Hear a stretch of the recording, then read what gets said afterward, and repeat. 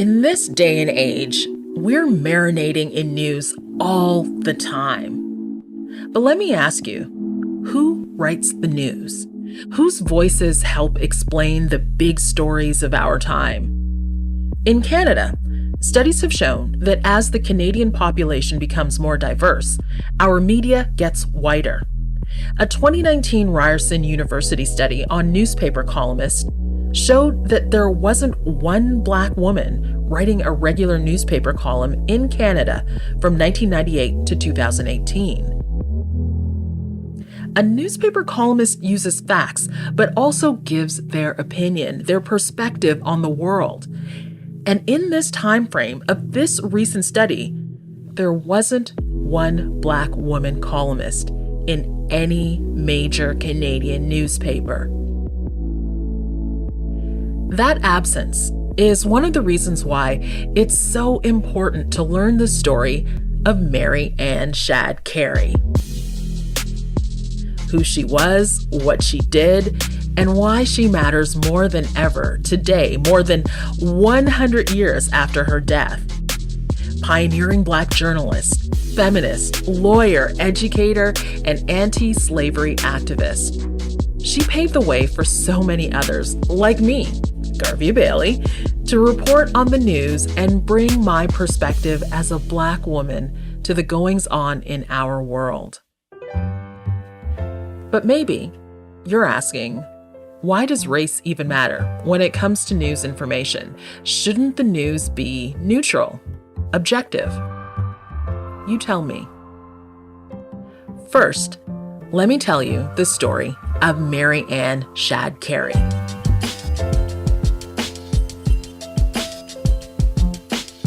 In 1853, she became the first Black woman in North America to publish a newspaper. The Provincial Freeman printed stories on the biggest news of the day, on school segregation, enslavement, and its abolition, the Underground Railroad, huge events written by a trailblazing Black woman documenting our history. I'm Garvey Bailey. Welcome to Strong and Free, a podcast from Historica Canada, because Black history is Canadian history.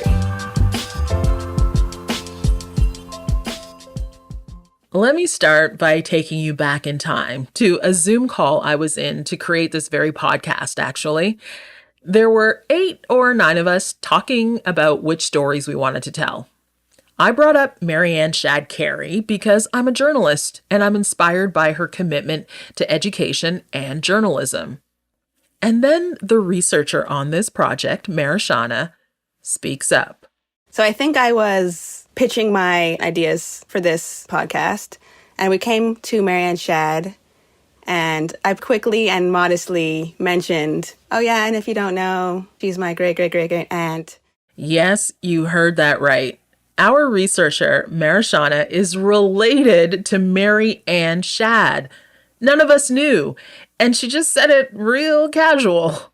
And I was going to quickly move on, but the whole Zoom party kicked off. Everyone stopped and kind of screamed. Not screamed, but... Yeah, I'm pretty sure I did scream. When you heard that I was a direct descendant, I think you guys were just trying to process it, but it all came out as like extreme excitement. Minds were blown. Were blown.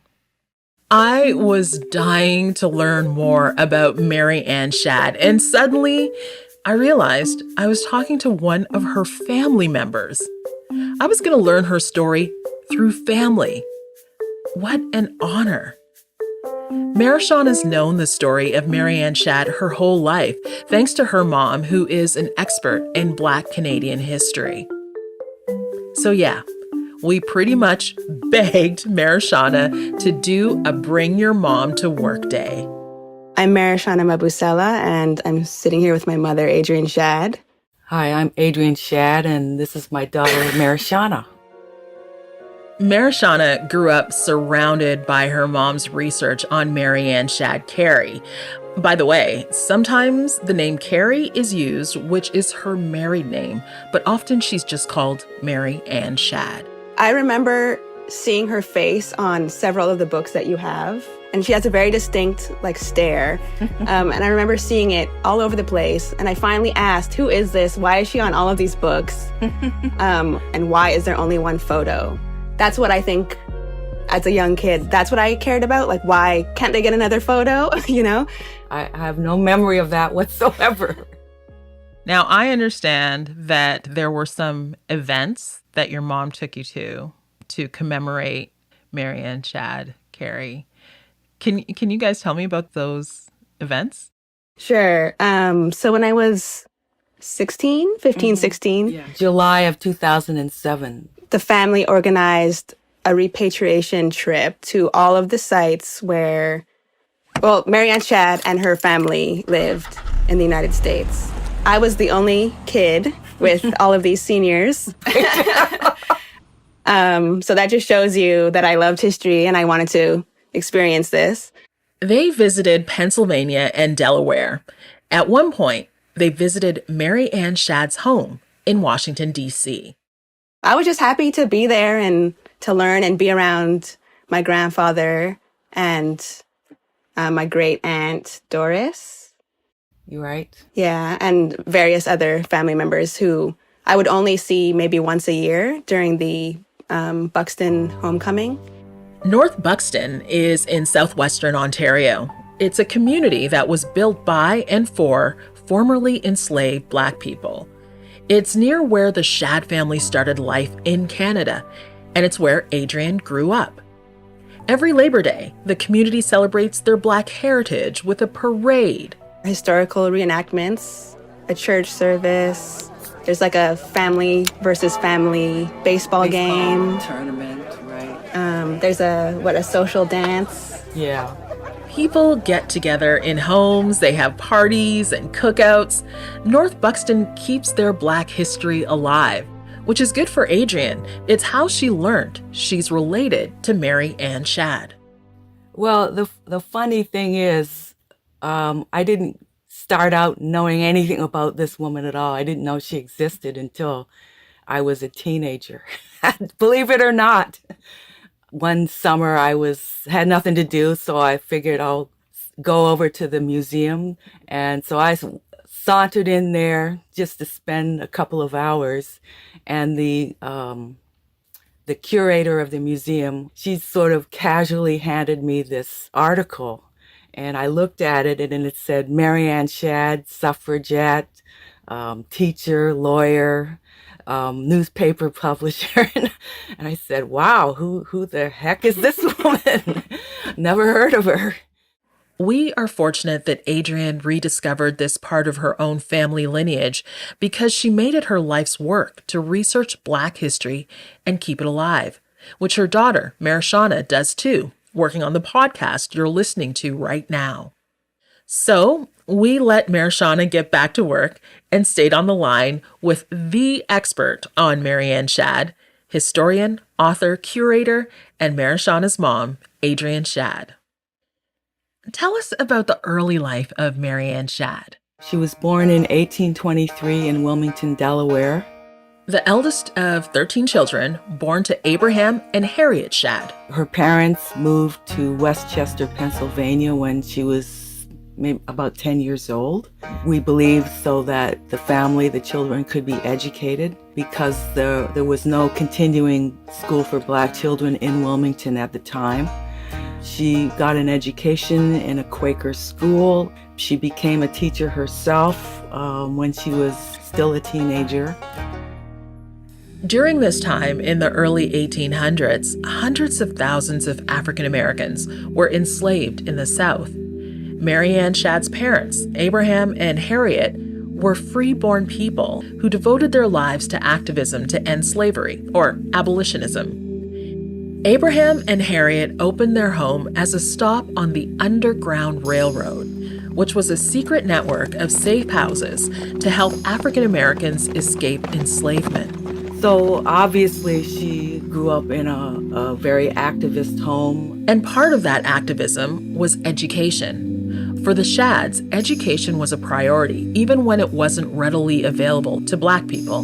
If you had an education, it was your responsibility to give back and to uplift the next generation. Tell us the story of how Marianne Shadd Carey actually came to Canada. How did that come about? So as I understand it, she attended the Convention of Colored Freemen, or the Free People of Color, in 1851, that was held in Toronto, actually. Okay, let's pause for context. What was the Convention of Colored Freemen? Hundreds of Black community leaders came from all over for this convention, which was being held outside of America for the first time. Toronto, in the British colony of Canada West, was a place where slavery, according to British law, was illegal. Not so in America. Just the year before this convention, in 1850, the United States passed the Fugitive Slave Act, which meant that people escaping slavery could be recaptured even in states where enslavement had been abolished. It was a dangerous time to be Black, free or not. This convention in Toronto in 1851 was an opportunity for Black organizers to strategize. Marianne Shadd was 27 years old, and she was there. And Henry Bibb was one of the organizers of that convention. At that point, I guess she met Henry and Mary Bibb. Okay, I'm going to cut in again. Who were Henry and Mary Bibb? They were a married Black couple who were well-known, well-respected abolitionists from the United States who moved to southwestern Ontario. The Bibbs really have a whole other story of their own, one that involves Henry being born into slavery, escaping, and writing one of the best-known books of the experience of living as an enslaved person. For the Bibbs, it was a life mission to set up schools for Black children and help Black Americans find their way to Canada. That's why Henry Bibb organized the Convention for Colored Freemen in 1851, where they met Marianne Shadd. She met Henry and Mary Bibb. They recognized that she would be a good candidate to come and set up a school in the Windsor area where there was such a great need. There were people coming in all the time, many of them fugitive slaves whose children and even the adults had never had access to an education because they were barred from getting an education by their slave owners. So there were all these people coming in, daily or weekly, and there were teachers desperately needed in that area to teach the kids and the adults. At the time, the government would pay for half a teacher's salary, or you could go your own way and create a private school. Both routes weren't easy. Black communities had the will to form schools, but not much money. The Bibbs and Marianne Shadd were passionate about teaching in Black communities, but they started to have a big difference of opinion on how to do it. At the time, there was a new growing sense that all children should have access to school, whether you could afford it or not. But the idea of public schools, or what was then called common schools, was still pretty new. The Common School Act of 1850 was meant to make it so students could come together regardless of race or religion. But that's not how things played out. Black women teachers were often discriminated against and weren't hired in the public education system. Meanwhile, Black families, as long as there were at least 5, could come together to request their own school. This created public schools segregated by race. It may not have been the intention of the law, but it's what happened. And the Bibbs were not opposed to government-funded public schools as an alternative way to educate Black children. Marianne Shadd disagreed. Actually, the first school she set up was not a government school because she herself disagreed with, as she put it, she did not believe in complexional schools. That was the wording she used.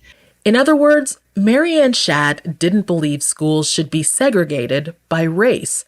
as many public schools were. But if she wasn't going to take government funds, where would she get the money? She ended up getting funding from the American Missionary Association, which helped her sustain her for the next year or so in this school that she set up. The American Missionary Association wanted to abolish enslavement and provide education for African Americans, so she got the money she needed. But now the Bibbs and Marianne Shadd were having very real conflict over what they each felt was the best educational path for the Black community in Windsor. Henry Bibb published his views in a newspaper he founded called The Voice of the Fugitive. A newspaper is important because it gets things on the record. What you publish in the moment becomes how we understand history. Marianne Shadd began to be publicly vocal with her views too, in a newspaper, her own. In March of 1853, she published the very first edition of the Provincial Freeman. It featured prominent thinkers in the abolitionist movement, but this was not work or behavior that was expected of women at the time. Here's an opinion published in Henry Bibb's newspaper back then. Miss Shadd has said and written many things which we think will add nothing to her credit as a lady. I don't even know how she got the gumption to stand up for herself, particularly at that time and that era, when women just simply did not do that. They should not be outspoken and, go against the male leaders of a community. Marianne Shadd was fighting for the freedom of Black people, navigating the anti-Blackness of Canadian society. As she fought against racism, she had to deal with sexism too, the public strong criticism from men in the Black community, like Henry Bibb. She created a women's rights column in the Provincial Freeman. Here's a sample. Some men foolishly deny to a woman the right to speak in public, to practice medicine, or to vote. All we have to say about this is, pshaw. As determined and outspoken as she was, in the early years of her newspaper, she didn't use the name Marianne. She went by her first initials, M.A. People wrote letters to the editor that started with Dear Sir or Brother Shadd. She featured the name of a male colleague on the masthead of the paper. She let the public, at least initially, think this paper was run by a man. Why? Because women did not take the lead in these kind of matters. So this was a very uncommon thing for a woman to do. And she didn't obviously feel comfortable putting her name on it as a female publisher and editor. If you were reading the Provincial Freeman, you knew where she stood. Every issue stated right up top, self-reliance is the true road to independence. Marianne Shadd published her newspaper from 1853 to 1860, documenting Black life and politics in 3 locations, Windsor, Toronto, and Chatham. And all the while, her newspaper work was rooted in her values as a teacher. Publishing was another aspect to education. She was educating in this classroom, and she was educating by putting out her newspaper and telling African Americans, come to Canada, you're equal before the law. There's opportunities here that you may not have in the United States. Marianne Shadd wrote, "We say to the slave, you have a right to your freedom and to every other privilege connected with it. And if you cannot secure these in Virginia or Alabama, by all means, make your escape without delay to some other locality in God's wide universe." That's not to say there wasn't hardship for Black people in Canada. There was a lot of discrimination Black people faced here too, But Marianne Shadd was determined to provide options for Black people through knowledge. So it was all part of the educational journey that she was on and that she wanted to impart to her community. Remember where Marianne Shadd got the funds to run her school for Black refugees in Windsor? It came from the American Missionary Association, and Marianne Shadd needed that money, so she kept writing letters to the association to tell them about her school.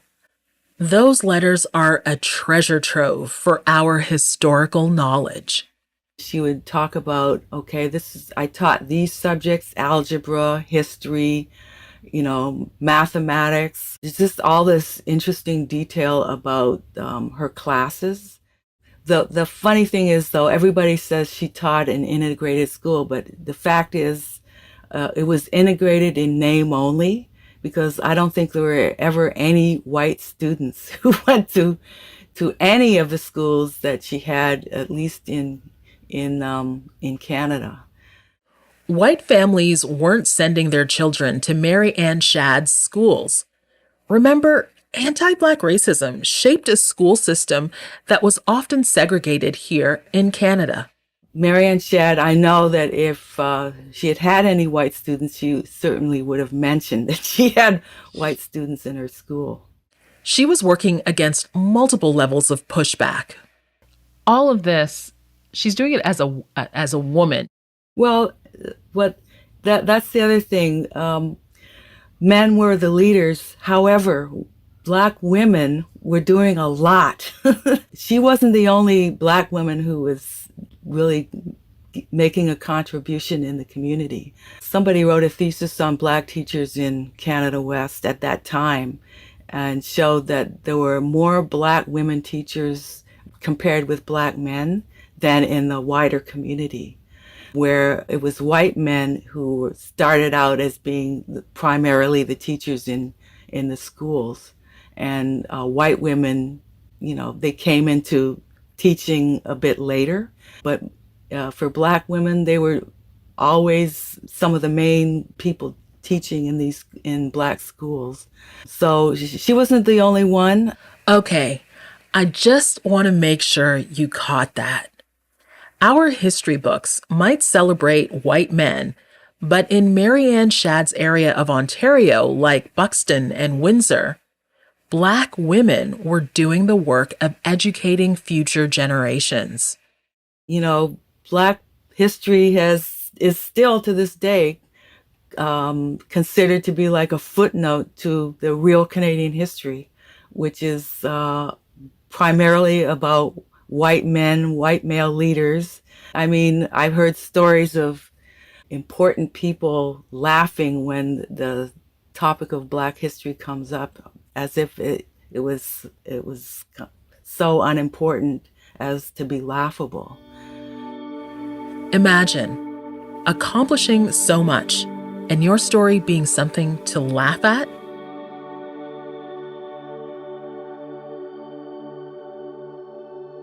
Black history is Canadian history. And history connects us to this moment now, to you, today, to our issues, the ones we still have, the ones that motivate people to flood streets by the millions for Black Lives Matter protests. If we want to know who we are today, we need to know who we were then and who was showing leadership, like Marianne Shadd Carey.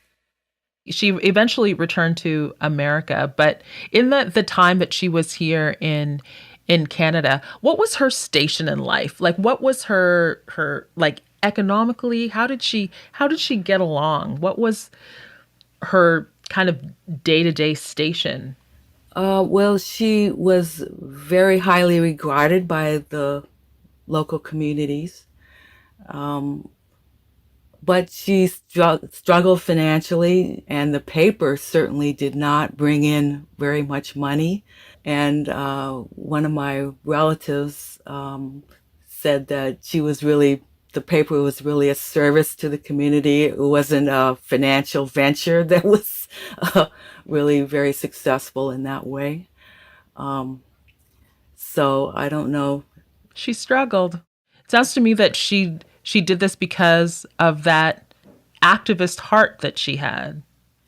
And I think, if any of us had lived at that time and slavery existed and people were trying to escape and come to Canada, we would probably all be on the front lines, wanting to do whatever we could to help these people.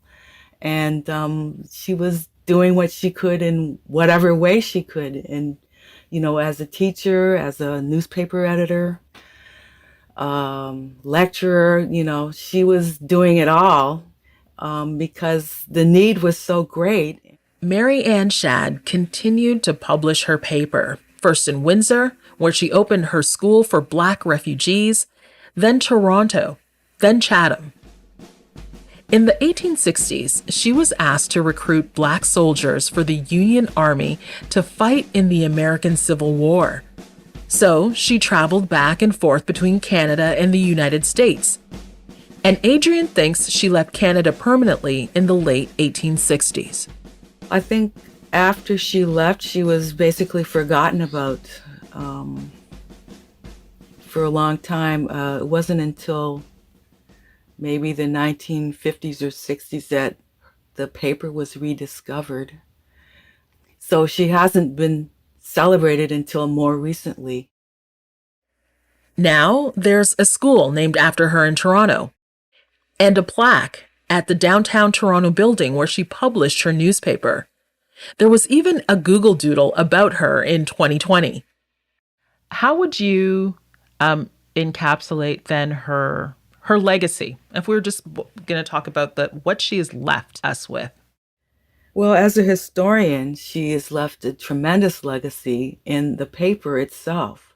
In the Provincial Freeman. I've read basically the 3 years of extant issues that we have. And it's just like gives us a tremendous amount of information on what was going on in the Black community at that time. And there's so much we learn about what was going on, the feuds, the ideological differences between different groups, just all kinds of things. Who owned businesses that had ads in the paper. It's just a fantastic resource. And just if we didn't have that paper, we would know so much less about what was happening at that time in the Black community in Ontario. It does speak so much to, because even today we talk about how representation matters and the ownership of media and who gets to tell the stories, how much it matters. And she impacted people during her time. People were so proud, that this paper existed. And it was owned and put out by Black people. And they considered it their paper. Even if they didn't pay their dues, they were proud of it. It really does speak to right now, I think, being able to tell our own stories and own the means to do that still feels so very important. It feels like the things that she was fighting for then are the things that we're still fighting for. Yeah. Yeah.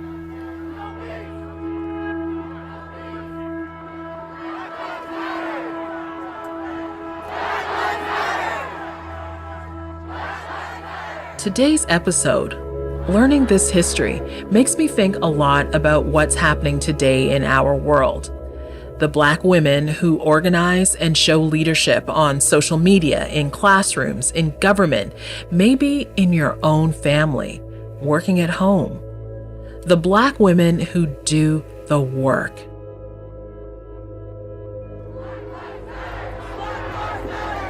There's an old saying that journalism is the first rough draft of history.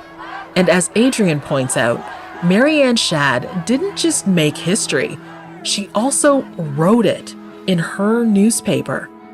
Her perspective deepens our understanding of the past. It's an example of why representation in journalism, who gets to record history, matters every single day. Marianne Shad was a trailblazer in media, but she wasn't in it for herself. She was in it for the cause: freedom through education and empowerment.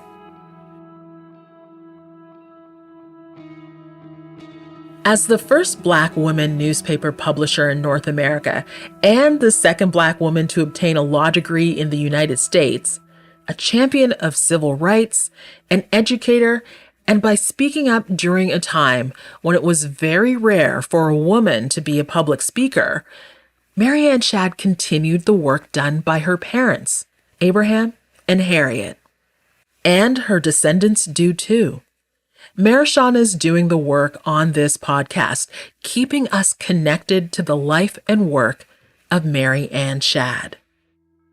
I feel like this project that we're working on is kind of, I don't know, serendipitous or destiny, because I feel like I'm following exactly in her footsteps.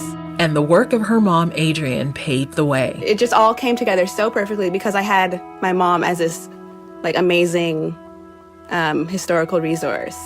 And I feel like being your daughter, there's a reason that I was your daughter. So I'm still trying to figure out how that will manifest in the future, but it's coming. It's coming.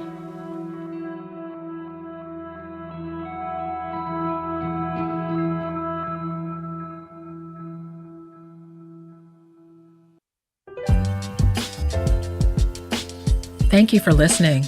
Strong and Free was produced by Media Girlfriends and Historica Canada. This series is part of a larger Black history education campaign by Historica Canada. For more resources, visit historicacanada.ca.